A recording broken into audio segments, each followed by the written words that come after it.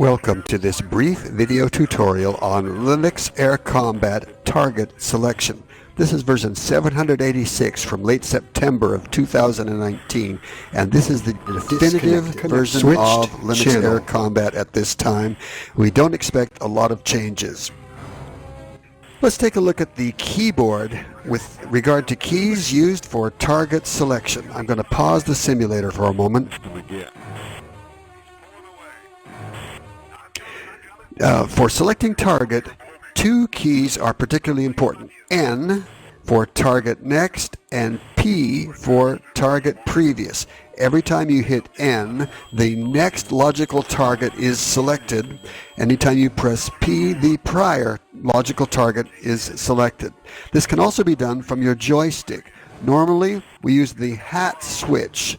If you have the well-known inexpensive Logitech Extreme 3D Pro joystick like this one, when you press your hat forward, it activates target next. When you press your hat backward, it activates target previous. Of course, you can map this differently. You can map the keyboard differently. You can use a different joystick, or if you don't have a joystick, you can use a mouse.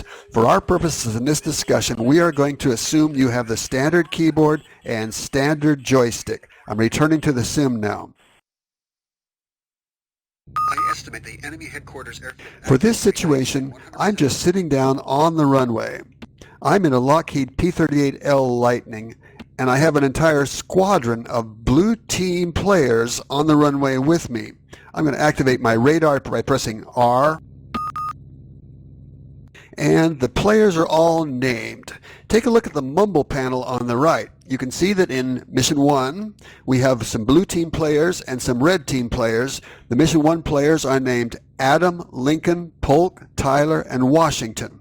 I am flying the computer named Lincoln, so I'm known as Lincoln.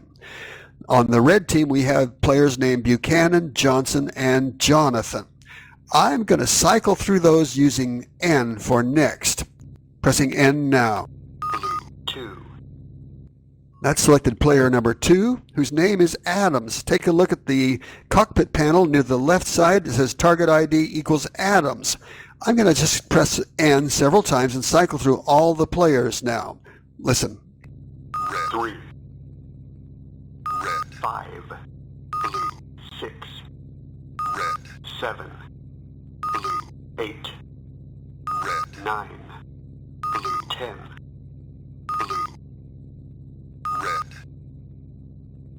Okay, as you saw and heard, every time I select a new target, several things happen. First of all, if you listen for a minute, you'll hear a vocalization of the target number. There can be as many as 10 players in any of our online missions. I'm playing in Mission 1, which has 10 players, and at this time it turns out most of them are active computers actually connected by the internet, and you can see that if you look at the router panels. See all those flashing lights? Underneath the 2, for example, you see a rapidly flashing light indicator for position packets. That means player 2 is near me and is frequently sending position packets. Same thing for players 4, 6, and 8. Those even-numbered players are all in the blue team, and they happen to be taxiing or parked right on the runway in front of me where you can see me. For example, let me select player 2. I'm just going to press P.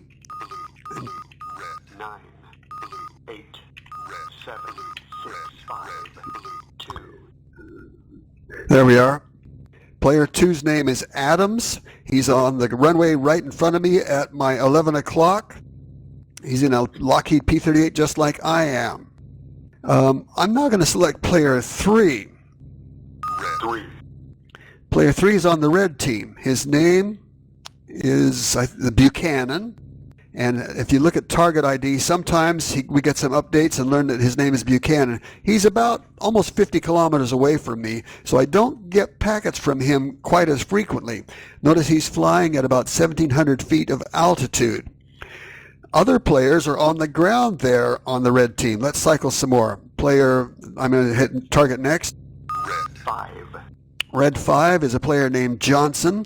You can see that his altitude is 59 feet. That means he's parked on the runway, and you can see that as I cycle through targets, look at the radar. Blue 6, blue, red 9, blue, red. Every time I cycle to a new target, that little white dot marks the appropriate position on the radar for the selected target. Let's go back a little bit. Blue, 8, red, blue, red, 5. There's a player named Johnson, red 5. He's also on the runway. You can tell that by looking at the radar and the white dot. That's up there by the red team headquarters airfield.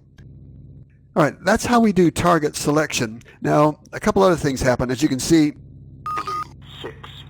blue 6 is the player named Polk, and you see that blue frame around his picture there in the main view screen? The selected target is framed. If he's on the blue team, he gets a blue frame. If he's on the red team, he gets a red frame. That's another way to help find people. Let's take a look and try to find Buchanan, who's airborne. He's target 3. Red, 5, red, 3. Okay, red 3. Look at the radar. You can see he's at my 1 o'clock. If I type V for vocalize, you can actually hear that called out. Target 3, is at 1, o'clock. Angels. 2. Okay, he's at 1 o'clock, Angels 2, meaning that he's at approximately 2,000 feet of altitude. You can look at the target altitude indicator on my cockpit near the left. He's actually at 1,500 feet. Let's go find him. I'm going to take off, and we'll go pursue player number 3 until we can take a closer look at him.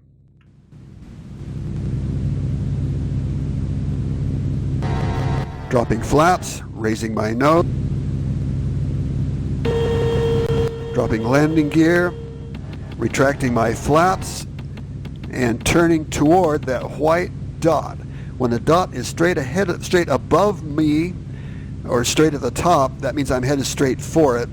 Notice I'm climbing, but I'm lugging 2 bombs and some rockets. Let's lighten our load. I'm going to drop those bombs. Looking down, you can see them fall.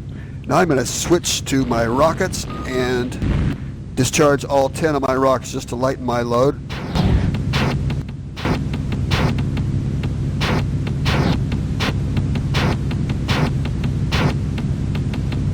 You hear a little beep, maybe, every time I shoot off a rocket. Now I think I'm going to go to war emergency power just to gain some altitude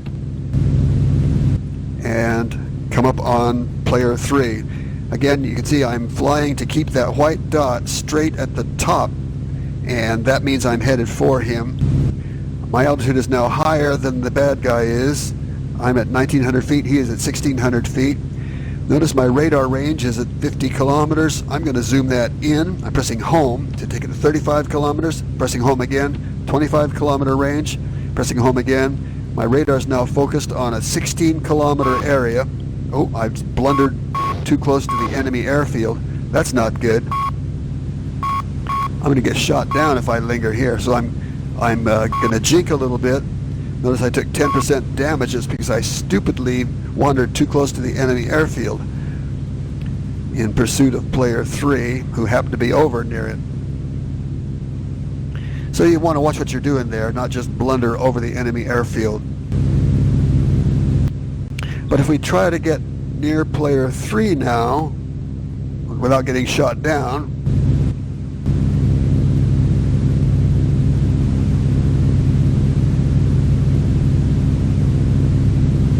you can see the enemy airfield is off to my left. I don't want to get too close to that, and player 3 is lingering there. But can you see that red frame in the distance? That's player 3, and he is trying to lead me over the enemy ACAC. I zoom my view in and head for him.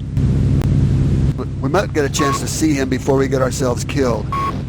I'm going to do some violent jinking to try to avoid getting shot. We're getting closer and closer to player 3, but this is dangerous because he's led me over his enemy airfield.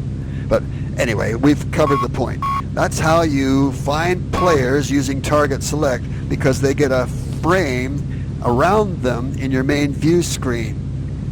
Because he's on the red team, I'm seeing him with a red frame. Now he's wandered far enough away from his airbase that we're not taking enemy ACAC fire. I'm going to zoom my view out to normal range. Now he's flying into the sun, so we're suffering from sun blindness. But as we get closer to him, you'll be able to see he's in a Lockheed P-38L Lightning also. I think just for the heck of it, we'll try shooting him down.